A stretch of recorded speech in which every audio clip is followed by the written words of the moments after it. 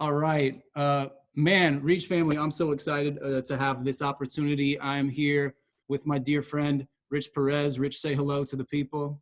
What's up, people? Yeah, there you go. If you've been at Reach for a little while, you recognize this face. Rich has been a friend of our church family for about 4 years now, which is crazy. It is. We've had him out to Seattle twice to preach already. We are joyfully partnered with him and his church in New York, in the Washington Heights neighborhood of North Manhattan. We love partnering with them. We love being a part of their story, even in a small way. Yeah. And Rich, thanks for taking the time to hang with us, man. Oh, dude, it's my pleasure and it's an honor, man, for real. We love the Reach family. Oh, good, dude. That's so good. So good. So this is wild. I was thinking about this. We met 4 years ago, and I don't know if I would, in normal circumstances, say, oh, it feels like so much longer or it feels like yesterday. But after the last month, my entire sense of time is completely out the window. So I don't know what you would say. Right. That feels like about right. But 4 years, man. No, that it does feel about right. But you know what? I feel like time, I think in the past we would have said, man, it's been 4 years, but it feels like 10. I'm like, no, a lot happens in 4 years. So yeah, that sounds about right. That sounds about right. Dude, like in retrospect, I can't imagine. I really do think that you've become a dear friend, and I think it's authentic and legitimate. But anybody that I meet late night in Harlem eating chicken and waffles with, that's probably going to be a good relationship. Yeah, that's a homie. That's a homie for life. Yeah. Well, I'm glad it worked out. I'm glad it worked out that way, man. Rich, fill the people in. You have a wonderful wife named Anna and some kiddos. Just talk about the family, how you guys are doing in the midst of all this crazy. Yeah, well, I mean, perhaps just like everyone else, man, we are trying to navigate the new normal. So thankfully, Anna, my wife, who works in HR for the school that our church meets in, and also the school that my son goes to, so there's a ton of intersection there. Thankfully, she's able to work from home. So she's been doing that now for the last 2 weeks. Yeah, just about 2 weeks. They're both currently on spring break. But we're doing good. I was just sharing with a friend of how my daughter broke her arm recently trying to jump from our kitchen counter to the couch in our living room, which is about a 3-foot distance. Mm-hmm. Her body made it. Her left arm did not. So she hyperextended that. But other than that, I mean, just trying to navigate the new normal, homeschooling our kids, which was not our reality, while trying to do work, making sure that we are militant with our time throughout the day so that we could do our best to get our evenings together, having fun, playing games, playing Uno, playing Sorry, watching a good movie, or any other, kind of ministry related thing that we're part of in the evenings. But we're managing. We're just trying to navigate the new normal. And I think it takes a lot of protecting moments of silence and reflection in order to keep ourselves sane, for sure. Sure. We'll talk about that new normal. Just glad the family's doing well. Yeah. But talk about that new normal for just the city of New York, man. I think that perhaps people in Seattle and everywhere are probably consuming more news than they ever have. But then it's also potentially easier to be focused on self and your immediate circle of craziness ever before.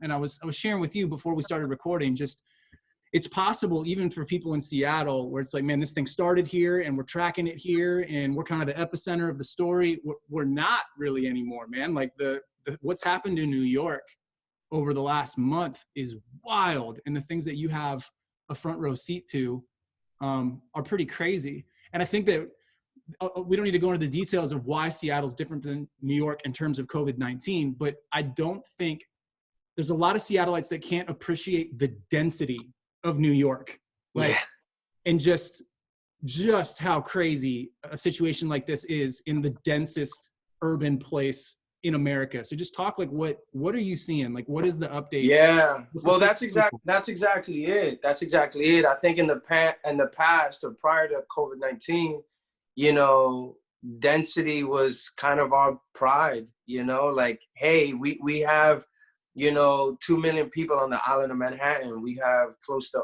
over 8 million people in the 5 boroughs. Like, that was kind of what we used as our pride, but we're realizing now that it's precisely the density is part of the challenge with COVID-19. I mean, when you have such a large amount of people in such a small amount of space, something like a shelter at home or a shutdown or a full quarantine becomes absolutely fundamental. And as far as the new normal, yeah, New Yorkers haven't really adapted well because, people are still out. I mean, people are out in large groups. I mean, just yesterday when the Navy sent the USMS Comfort, I think it was called, they sent a big ship over to the Hudson Yards, which is further downtown from where we are, because we don't have any space to house those the COVID-19 cases.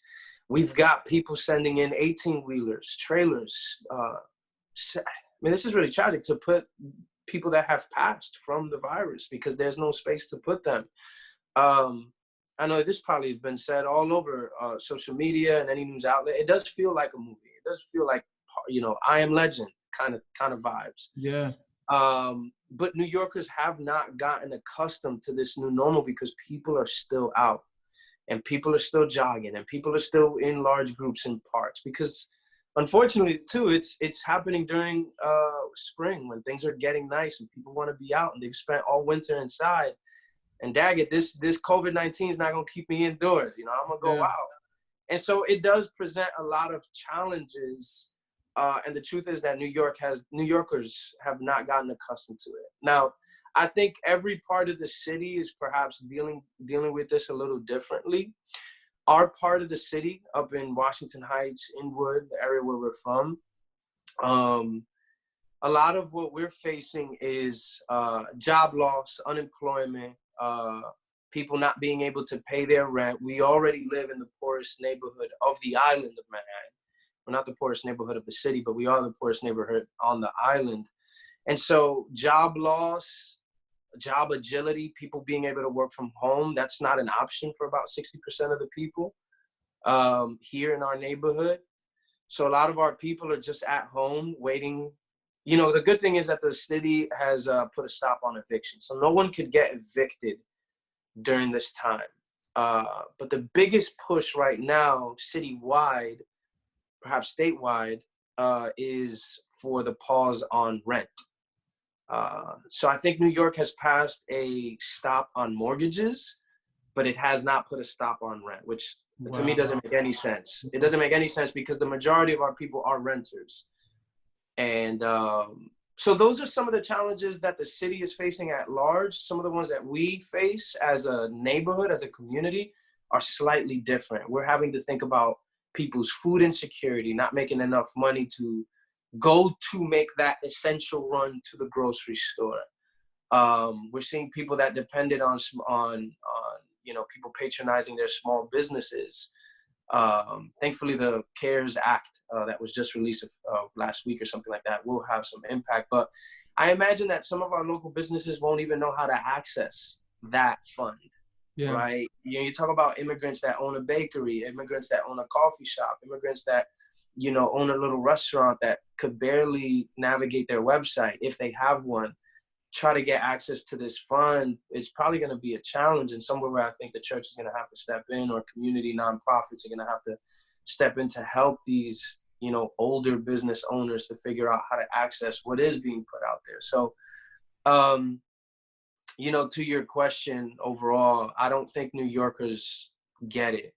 We have, as you said, exponentially blown up in cases of COVID-19. I think as of yesterday, we're at 66,000 cases.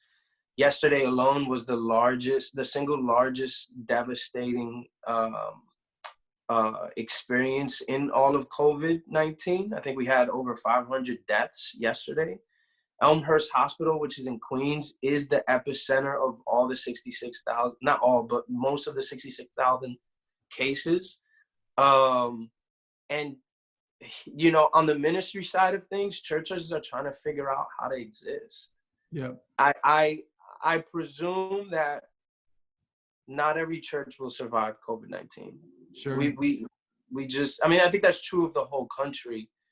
But I think in the case of New York, when you think about places like Harlem and even neighborhoods like ours, where you have a lot of little storefront churches that have been doing ministry for decades off the strength of a bivocational pastor, sometimes an immigrant who probably is just his family going to church. Like, I have a really hard time imagining those churches surviving COVID-19. A lot of Black historical churches that don't know how to navigate the virtual life and are still meeting, mostly elderly, which is kind of tragic because you're like, you shouldn't be meeting. Like, this is not good for you. Yeah. But on the other hand, it's either die because of COVID or die because of the circumstance, like the church. And you kind of just wonder what you can do. It really does feel like the work with the exponential growth of the threat and the virus has grown exponentially the challenges and the ministry needs. Like, you perhaps, like doctors, you have to start deciding who you can actually see and who you can't. And I just think that that's kind of an overwhelming place to be in as a leader, any kind of leader, but especially as a spiritual leader. You don't ever want to be in that place. And so it doesn't help that most New Yorkers, and by most, I think the ones that are more privileged, either because of the age demographic, economic class, it's imperative that New Yorkers understand what it means to be in the situation that we're in and to stay at home. Like, and I just don't think New Yorkers get that. And it just feels like most people think that they're immune. And so they make decisions to be out, be in large groups. And I get it, nobody wants to be controlled. No one wants to, be told what to do, but I don't see this slowing down. I don't even think, and you mentioned on our call before we started recording this, Love in the Age of COVID-19 by Andy Is it Crouch? Crouch. Yeah. Crouch, yes, I'm sorry. He talks about this. He talks about, where we are in relation to COVID-19. And man, this isn't just like a little flurry. This isn't a little blizzard. I mean, if you pay attention to those that are actually experts on this, you realize that we may just be repeating the winter season. We might be entering we might be taken back to a whole new winter season, and the effects of that on how we think and how we approach this changes dramatically. And so we wouldn't see as many people out as New Yorkers if we understood that this wasn't just a little blizzard or a little flurry passing by, that this is much more grave than we imagine. So it's a lot there. Absolutely. Well, look, man, talk about the tension, but just between what you just said, trying to navigate it, even emotionally.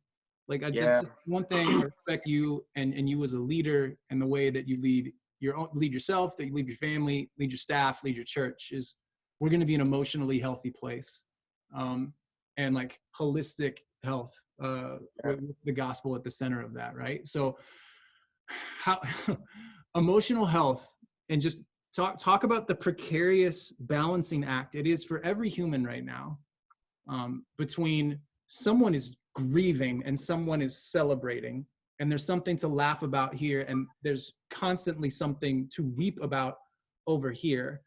And what it's like just as a human, I think is helpful. But then as a Christian, there should be all the more empathy and kind of emotional intentionality in that way. But then especially as a pastor, man, like there are situations that you are neck deep in right now that you've shared with me and shared with others. If you're up for it, man, would you, as a door into that, would you talk about Isaiah and Manny and just that situation? Give us a glimpse of that, and then just bridge into, bro, how do you walk with people in the darkness and then flip a switch, go inside and wrestle with your son, like, Yeah. everyone can relate to that in some way, pastor or not. Yeah, absolutely. So, you mentioned Isaiah and Manny. Those are the names of two young kids, early teenagers, 13, 14, in our neighborhood that recently went missing. So at this point, it's been 2 Fridays. It's been about 2.5 weeks since they went missing. So our neighborhood is literally the northernmost part of the island. So the Harlem River sits between us and the borough of the Bronx. It's not a very big chasm, maybe about it's a small little bridge that connects us. And right by that bridge is a school which Manny and Isaiah were part of. And kids being kids, they were just playing in the area. One kid fell in. I believe it was Manny that fell in first, and Isaiah jumped in, who was the better swimmer, to get him. And the current, as the story goes, the current took both of them. To the east of that bridge is the Harlem River, which leads you to the East Bronx. So the Bronx is above us and to the east of us. So to the east of that bridge leads to the East Bronx and Queens and Brooklyn eventually. To the west of that is the very big opening onto the Hudson River, which is New Jersey to the west. That's the much larger body of water. And the current took them to the west, they believe, into the larger body of water. Since then, his father, who lives in our neighborhood, I've had no contact with him before this happened. All I knew is that he lived in the area. He's taken his own kind of group of friends and family to search for these boys. For the first 3 days, the police and the Coast Guards were helping heavily, but then COVID happened, and a lot of those efforts waned and eventually dissipated altogether.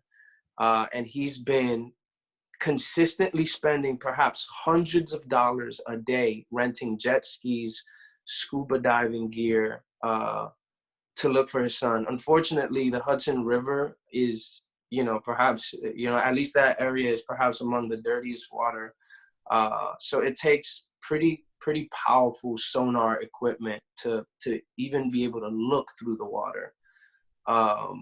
And you're talking about amateurs doing this. These are not professional scuba divers. You're talking about just his father on the strength of his hope and sheer desire to find his son.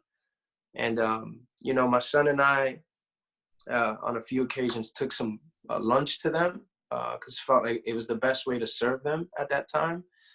And then since then, we've just been blasting it, calling on all local channels to help spread the word, because all efforts are going to COVID right now. And it's just, I can share more on that story, but that's a community thing happening in the midst of all of this. I think that we do a disservice to any human experience, especially as Christians, when we disintegrate ourselves. In other words, when we compartmentalize ourselves. Well, this is this and this is that, and I can find a way to be here, not necessarily connect to that. And I just think we do ourselves a disservice. We are whole beings that experience a variety of emotions at any given time, perhaps even at the same time. I think that for myself, I've had to do the hard work of integrating myself. In other words, putting myself back together and not sectioning off my life. It's just disingenuous to do that. Right. We have feelings that touch every area of our lives. So, when you think about how to sit in a moment with Oscar, who's the name of the father of Isaiah, at least, and grieving and mourning with them.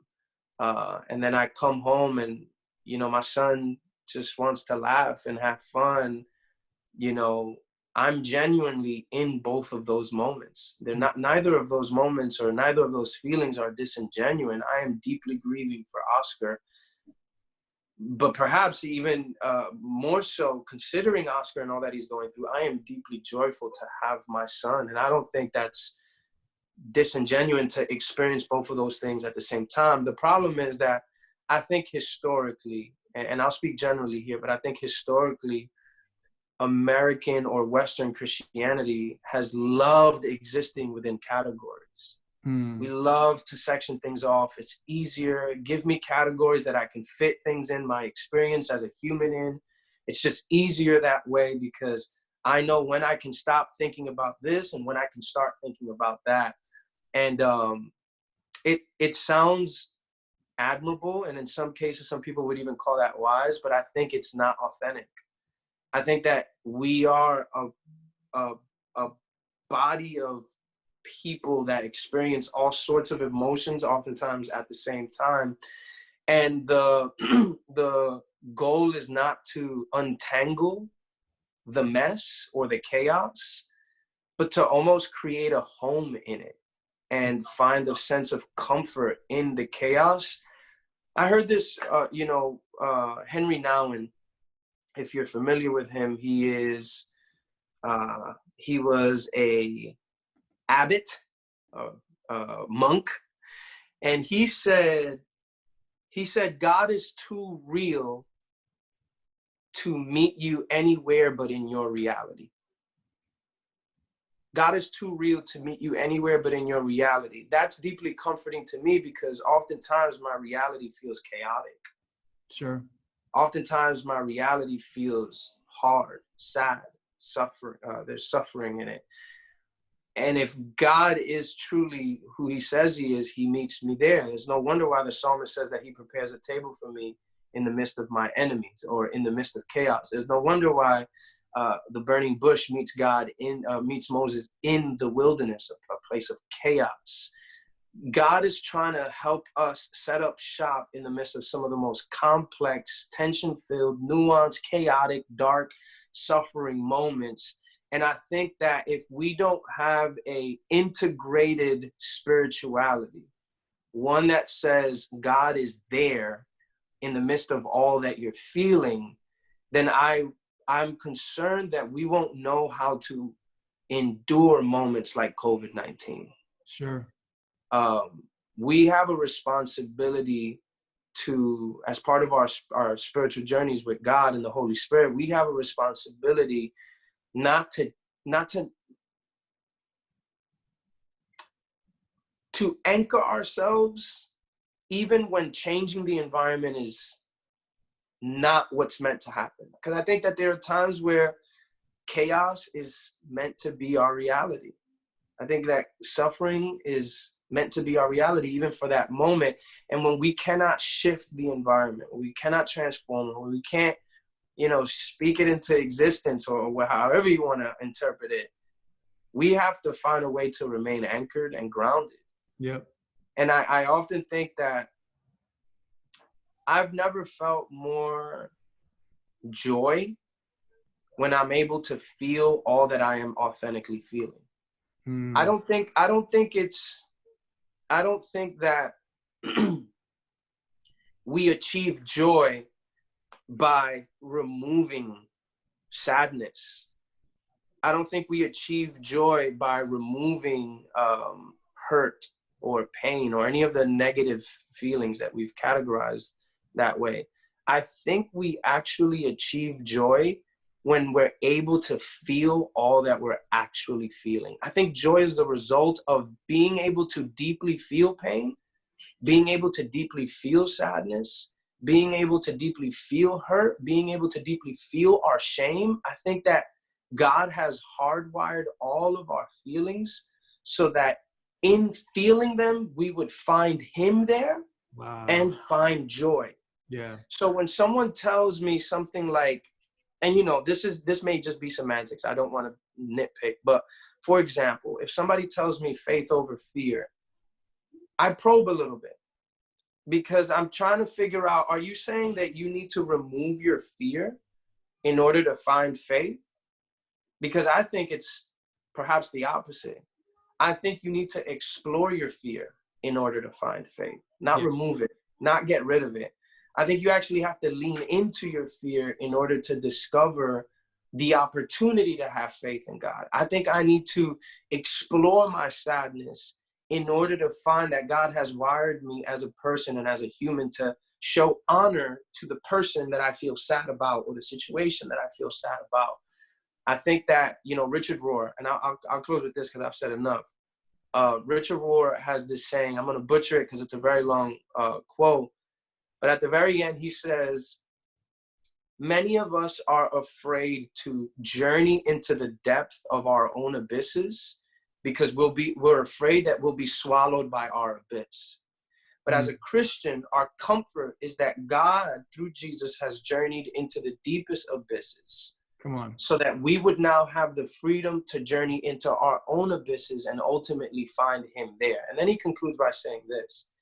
He says, oftentimes we're afraid of the very pain points that we experience, not realizing that they are both painful, but simultaneously are healing. Wow. And so I think that when it comes to finding emotional healthy balance in the midst of things like COVID, and even thinking about Oscar, Manny, and Isaiah, and just what our community's feeling, I think it couldn't be more Christian to join in the sadness of a person without having to try to rush them out of it. Because I think that joining in the sadness, as I said before, allows them to feel seen and to feel we are present with people when we are able to connect with their deepest feelings. Yeah. Even if that feeling isn't the one that makes you nice and comfortable. Like, I'll join with you in your joy. Well, that's easy. Can you join with someone in their pain and in their sadness without rushing them out of it? Because what you believe about sadness is that it could lead you to a true sense of joy. Because listen, at the end of the day, there's nothing more gospel than this. We want to be fully known and fully accepted. Well, that's true of our feelings. We want to be known in our feelings, and God meets us in our shame, in our guilt. He meets us, right? While we were yet sinners, he demonstrated his love for us, that he would die for sinners. Like, he said, I see all of you, all of what you're feeling, all of what you're carrying. I see it all, and I'm with you in it. And I do this thing for you so that I can be with you in it and transform that for you. So I just think that, as Christians, we want to lean into our feelings. Now, granted, I think it takes a lot of work. I think that's the really courageous work. Vulnerability is very different from calculated openness. I'm not talking about calculated openness. I'm talking about, man, this space is safe. God is here. His grace covers me. As James says, he gives me more grace. It abounds. Yeah. So I'm going to let it all out. So I think that, it's important in this season now more than ever that Christians are thinking, that Christians' spirituality and their walk with Jesus embraces the validating of their feelings. Yeah. We're not talking about a touchy-feely thing. We're talking about a gospel that says, I know what you feel. Yeah. That very ugly feeling you have of guilt, I get it. It's because you were wired for forgiveness and intimacy. That's why you feel guilt. Yes. Yeah. So anyways, I could talk on this for a long time. No, and I would love to listen for a long time. So let's close with this question. And you take as much time as you want, man. Sure. In the next couple of days, I imagine you'll probably pre-record. I don't know if you guys doing live on Sundays, or are you recording stuff? We have been doing pre-recording, but since this past Sunday, it shifted a little bit. Just because the trajectory of New York is just getting worse. And I think even pre-recording, following all the social distancing rules and under 10 gatherings, I think people are still feeling a little uneasy about even that space. So creative, we're just trying to get creative, man. I think we're going to do an IG Live this Sunday. Okay. So let's use that framework then. Yeah. This Sunday, you are going to preach to the people of CCF, and via IG Live, you're going to step in front of them or sit in front of them, whatever, 7 days before Easter Sunday. right? Yeah. 7 days before the biggest explosion of joy and victory in human history. Yeah. In the midst of, I don't want to speak hyperbolically, especially when it's not my place in terms of knowing your context, but what might be the darkest post 9/11 moment in New York Absolutely. history. Absolutely. Absolutely. So what are you going to say to those people? And how are you going to say it as they walk those final days towards Easter Sunday in the midst of the dark? What is it? I know you're going to bleed. I would say normally bleed on the stage, wherever you're going to be. Sure. What's that word going to be for them, and how might that be a word for the people of Reach as well? Yeah. Well, I guess, I'll start off by saying this, and hopefully this helps to encourage someone, watching this. I'm not sure. I'm not sure what I'll say. I'm not sure what I'll say. But if there's any semblance of what I could say, I think even Holy Week, right? You talk about the days leading up to Easter, the biggest explosion of joy. Barbara Brown Taylor, incredible theologian, author. She's written a ton of crazy, incredible books. One called Learning to Walk in the Dark. She very pointedly says, actually, funny enough, she uses your same word, even the greatest explosion of light came from a dark tomb. Oh, come on. Even the greatest explosion of light came from a dark tomb. So you talk about the days leading up to Easter, Holy Week. Jesus, this is why we worship him. He was able to live in the tension of all that he was as God, as man, leading up to his crucifixion, but also knowing that the resurrection was on its way. The night of the Last Supper, he one last time gave his disciples, guys, I'm going to die for you. This is what's going to happen. This is my fate. In just a few moments, Judas will come with his crew, and I'm going to get arrested, and that'll be that. I'm telling you, this is what's happening. In the Last Supper. But then if you read Mark chapter 14, I think it's verse 26, it says that they left that Last Supper singing a song of joy. How do you reconcile what is about to happen and express that with a song of joy? So I guess the days leading up to Easter still make room for pain. Yes. They still make room for darkness. They still make room for chaos. They still make room for uncertainty. And I think that that's the beauty of the Easter message, that the power of light is so powerful that it still can embrace moments of darkness. Yeah.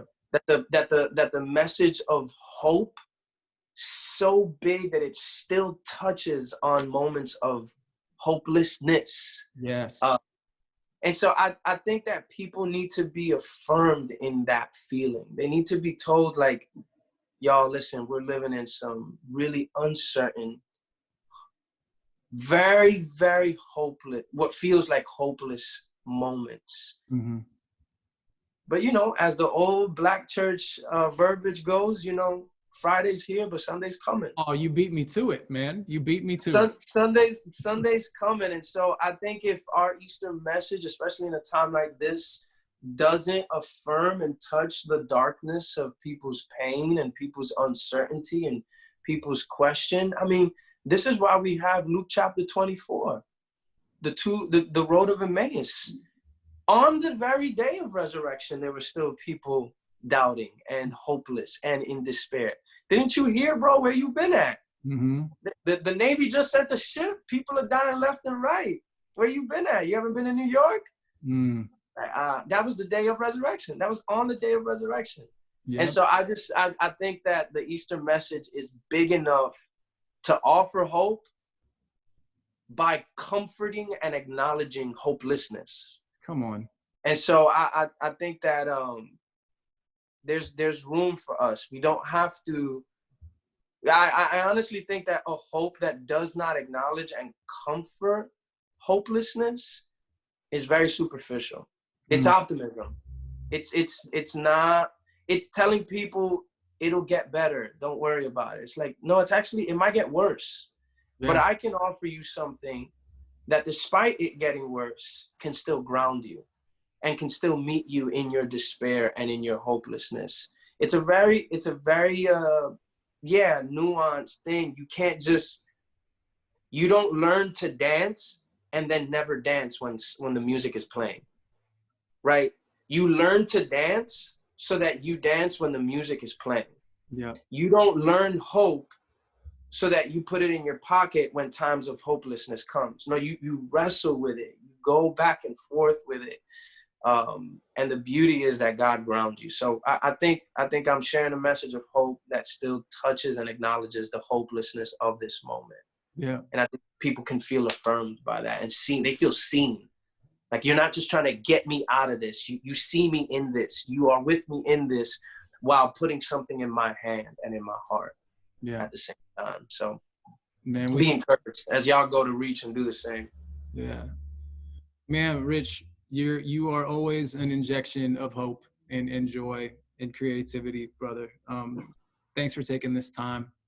It's my pleasure, man. Yeah, know that this church family remains in your corner, in Anna's corner, in your team's corner in every way. And we are eager to be that small part of your story, and you are a profound part of ours as well. And so, man, I'm going to be praying that this Sunday and that Easter Sunday is going to be just an unexpected, profound moment for the people of CCF. Please. I just, in ways we could not anticipate. And I'm just actually just going to be, I want you to know, man, just as your brother and as your friend, I'm going to be praying for those people that we would almost assume, not only fear, but assume would be falling through the cracks right now. Folks that either by, how do we live stream English and Spanish? How do we get to the folks that technologically aren't going to as easily, meet with us? I'm just praying that through like miraculous, unexpected, and then even sometimes practical means, amen, those cracks would just be shored up, man.